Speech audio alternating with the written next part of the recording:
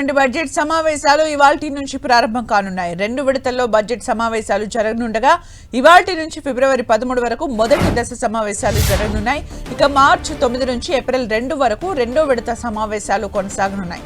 ఇవాళ రాష్ట్రపతి Draupadi Murmu ప్రసంగంతో parliament budget సమావేశాలు ప్రారంభమవుతాయి. ఫిబ్రవరి 1న కేంద్ర ఆర్థిక మంత్రి నిర్మలా సీతారామన్ పార్లమెంటుకు బడ్జెట్ను సమర్పించనున్నారు. ఫిబ్రవరి 2 నుంచి 4 వరకు రాష్ట్రపతి ప్రసంగానికి ధన్యవాదాలు తెలిపే తీర్మానంపై చర్చ జరగనుంది. ఆ తర్వాత ఫిబ్రవరి 13 వరకు మొదటి దశ పార్లమెంటు సమావేశాలు జరగనున్నాయి. పార్లమెంటు చరిత్రలో మొదటిసారి ఆదివారం బడ్జెట్ ప్రవేశపెడుతుండడం హాట్ టాపిక్ గా మారుతుంది. ఈసారి బడ్జెట్ ప్రవేశపెట్టనుండటంతో నిర్మలా సీతారామన్ అరుదైన ఘనతను సాధించనున్నారు. కేంద్ర ఆర్థిక మంత్రిగా నిర్మలా సీతారామన్ రికార్డు స్థాయిలో 9వసారి బడ్జెట్ ప్రవేశపెట్టనున్నారు. ఇప్పటికే 8 సార్లు బడ్జెట్లు ప్రవేశపెట్టారు. భారతదేశ చరిత్రలో అత్యధికంగా కేంద్ర బడ్జెట్ ను ప్రవేశపెట్టిన వ్యక్తి మాజీ ప్రధాని ఆర్థిక మంత్రి మొరార్జీ దేశాయ్ నిలిచారు. ఆయన మొత్తం 10 సార్లు బడ్జెట్ ను సమర్పించారు. ఇందులో 8 పూర్తి బడ్జెట్లు, 2 మధ్యంతర బడ్జెట్లు ఉన్నాయి. ఈయన తర్వాత పి చిదంబరం 9 సార్లు, ప్రణబ్ ముఖర్జీ 8 సార్లు బడ్జెట్ సమర్పించారు. సీతారామన్ ఫిబ్రవరి 1న తన 9వ బడ్జెట్ ను ప్రవేశపెట్టడం ద్వారా పి చిదంబరం రికార్డును సమం చేయనున్నారు. ఇవాటి నుంచి పార్లమెంట్ సమావేశాల ప్రారంభం నేపథ్యంలో కేంద్ర ప్రభుత్వం నిన్న అఖిలపక్ష సమావేశం నిర్వహించింది. కేంద్ర పార్లమెంటరీ వ్యవహారాల మంత్రి కిరణ్ రిజిజు అధ్యక్షతన కొనసాగిన ఈ సమావేశంలో పలు పార్టీల నేతలు పాల్గొన్నారు. విపక్ష పార్టీల సభ్యులు బడ్జెట్ సమావేశాలకు సహకరించాలని కేంద్రం కోరింది.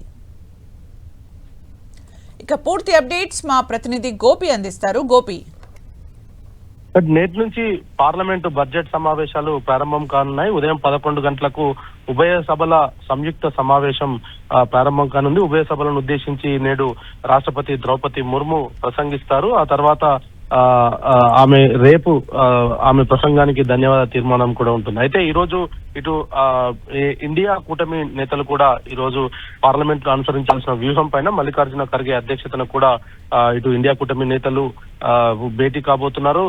ఎటువంటి అంశాలను ఈసారి పార్లమెంట్ లో తీసుకురావాలి, అదేవిధంగా